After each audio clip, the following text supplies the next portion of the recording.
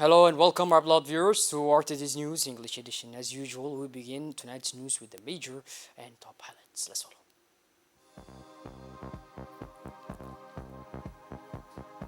Congratulations from the president to his Egyptian counterpart on the Egyptian National Day.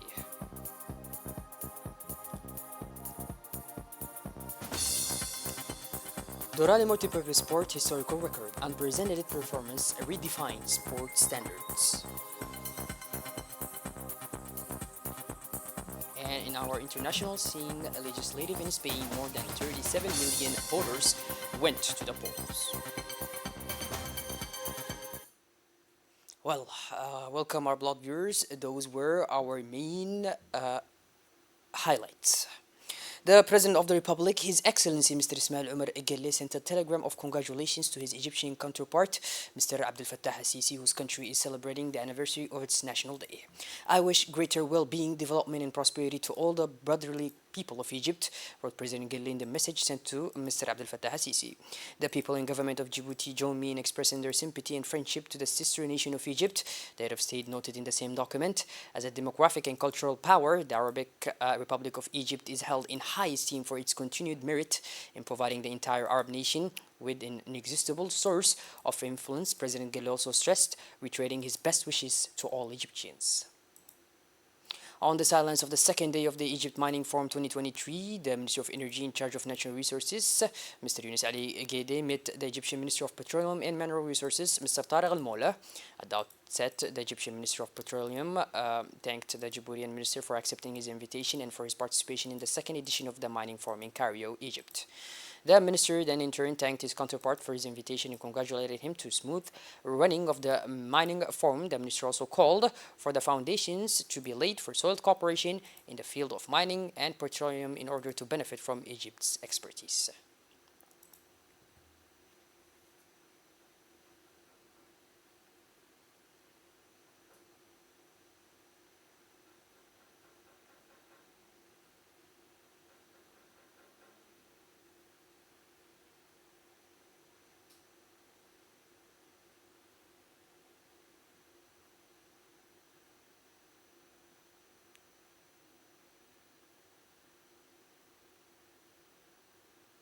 The Dorali Multipurpose Port has set a new standard in bulk cargo unloading with an unprecedented feat. On Friday, 21 July, the port's operation department unloaded a record of 20,284 metric tons, marking a first for the facility. This feat is a testament to the perseverance, skill, competitiveness, and exceptional professionalism of the DMP's employees.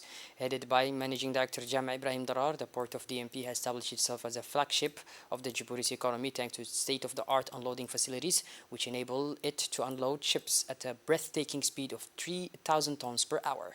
Indeed, this fruitful partnership between Djibouti and Ethiopia has been a key factor in increasing port productivity. Around 300 lorries of bulk goods, including grain and fertilizer, are delivered to Ethiopia every day.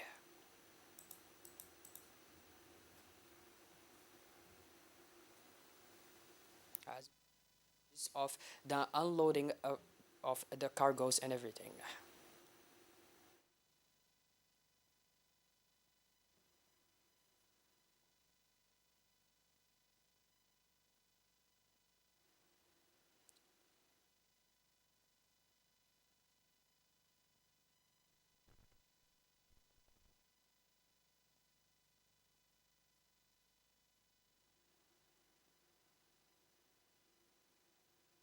As all of you know, Ethiopia and Djibouti has long relationship or bilateral relationship.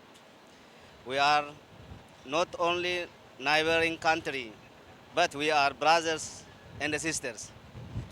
Now we are working for one family. I'm here to work with my Djiboutian colleagues, especially DMP CEO Mr. Jama, to transport fertilizers production to Ethiopia. Uh, I would like to thank His Excellency Mr. Jama for his continuous support and the day and the night supervision and supporting this transportation of fertilizers in the temperature of more than 48 degrees. He is now in the operation with us, with my technical team from Ethiopia here. So I like to thank, in behalf of ASL and my government, Ethiopian government, the DMP, all management team, and the Djiboutian government. So having this good support, so far we have transported about 980,000 metric ton fertilizer to Ethiopia.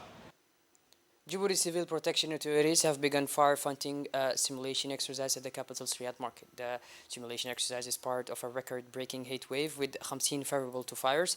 Like the rest of the world, Djibouti is experiencing a spectacular rise in temperatures during the summer period, with temperatures approaching to 40 to 43 3 degrees, according to the weather services. Every week, the Civil Protection Service has to deal with large-scale fires in the suburbs of Balbala and in Djibouti, a city that is difficult to control because of the high temperatures.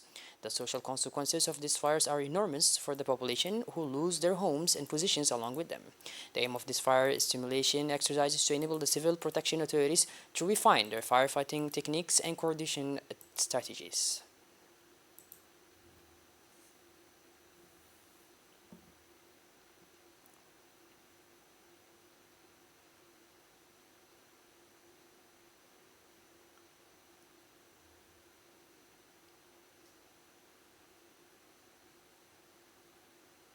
In this period of heat wave, the coastal regions are hard hit by Khamsin, a hot and dry wind that blows from the desert, causing rough waves at sea. This situation makes fishing extremely difficult for fishermen in the region. The consequences of these climatic conditions are numerous and impact both fishermen and fish consumers. Our team went this morning to the local fishery to collect the reactions of the actors concerned. Mrs. Nimra Adan, also known by the nickname Mashu, is a commission agent for the sale of fish in the region. She explained to us in detail the current situation and its consequences on the activity of fishermen and the availability of fish. According to her, fishermen currently face considerable challenges. The rough and unpredictable waves at sea make the boat trip dangerous and perilous. Many fishermen therefore prefer to stay at the dock as their safety is paramount. This leads to a significant drop in the supply of fresh fish, making fishing unprofitable. As a result, fish have become less accessible, and other fish traders in the area, the quantities available on the market are reduced and prices increase due to the scarcity of supply. For consumers, it also means an increased difficulty in obtaining fresh fish at affordable prices. Today, the heat wave and the Khamsin have disastrous consequences on fishing and the availability of fish in the region. Fishermen face dangerous conditions at sea, reducing the supply of fresh fish to market.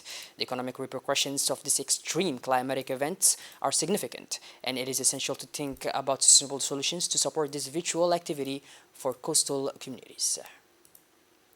The prefect of the Ali Sabih region, Abdul Malik Mohammed Bonoita, accompanied by his deputy prefect, Saeed Awabari Asawi, the dean of the deputies, several deputies, the vice president and interim president of the regional council, the director general of the regional hospital, as well as civil and military personalities, continued its tour of contact with the population of the localities of the region.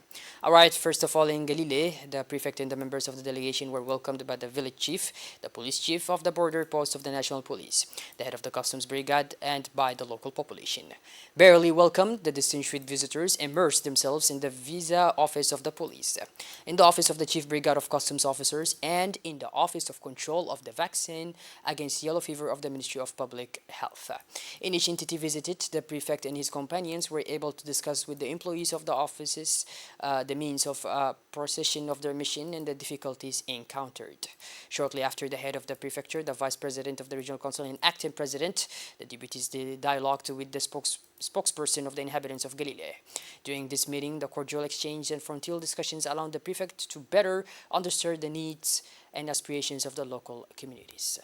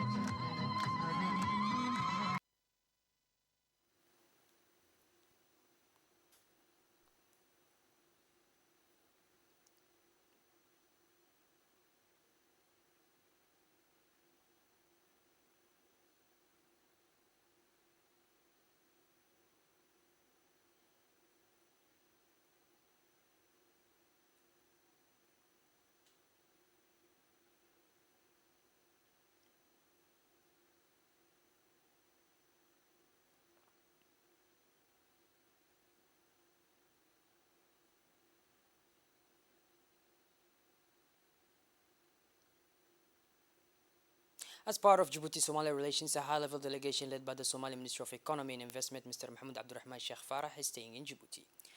The delegation traveled to Ali Sibih, where they paid a courtesy visit to the Regional Council of Ali Sibih, along with regional officials.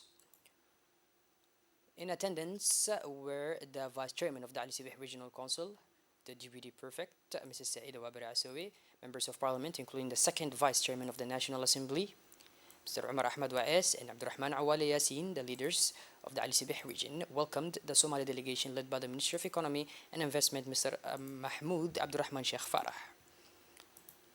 The Somali delegation and officials from the Ali Sibih region, accompanied by ADDS Managing Director Mahdi Muhammad Jama, then visited the construction sites currently underway, which include a series of shops and a regional construction laboratory.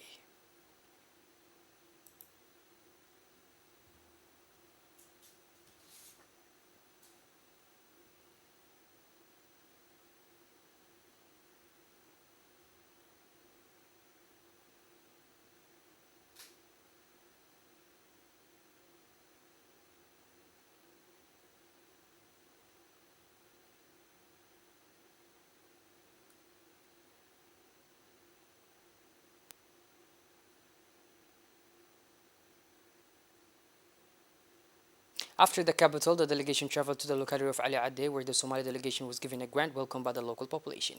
On arrival, the delegation was welcomed by the sub-prefect, the executive secretary of Honors, Hussein Hassan Darar, and the women of the locality. The Somali delegation, led by the Ministry of Economy and Investment, then met with the Somali refugees. They all expressed their nostalgia for their homeland when they saw their brothers.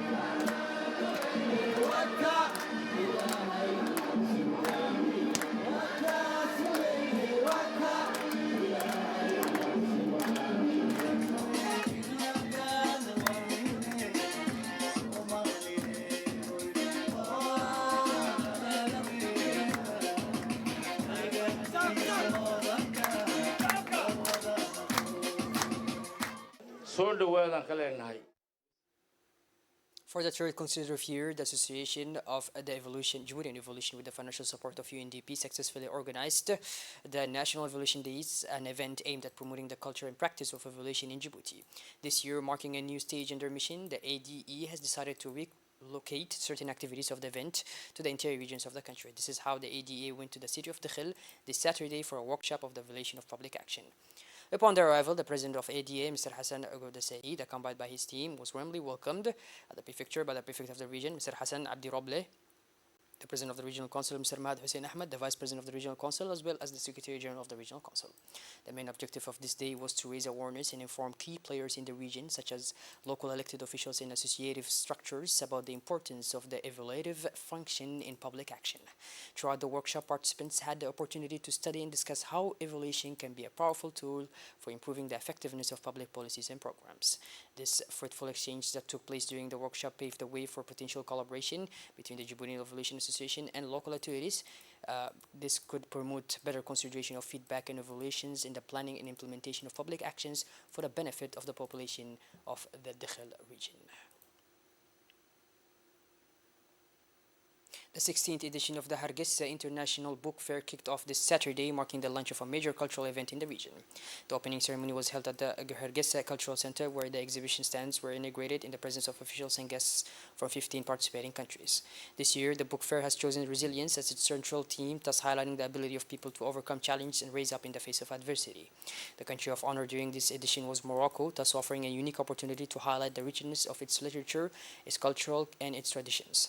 Among the key participants in this book fair is Djibouti, which contributes with an impressive delegation of illustrious authors, publishers, and artists. The large stand reserved for Djibouti was a true reflection of the country's cultural diversity. There is a variety of books ranging from classics to contemporary works, comics, drawings, and paintings, as well as many other artistic and cultural items. This exhibition allowed visitors to dive into the heart of Djibouti's rich creativity and better understand the cultural identity.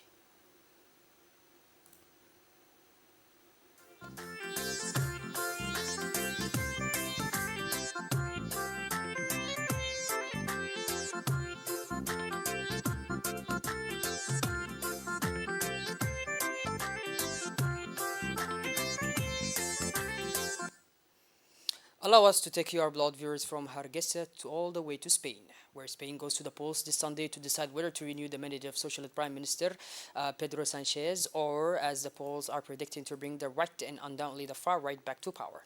In the run-up to the European elections in 2024, a shift to the right in the Eurozone's fourth largest economy following that of Italy last year would be a thunderclap for Europe's left-wing parties. Well, by this our blood viewers, we finally conclude this edition. Thank you for being with us and make sure to tune in later for more. Have a wonderful evening. Thank you once again.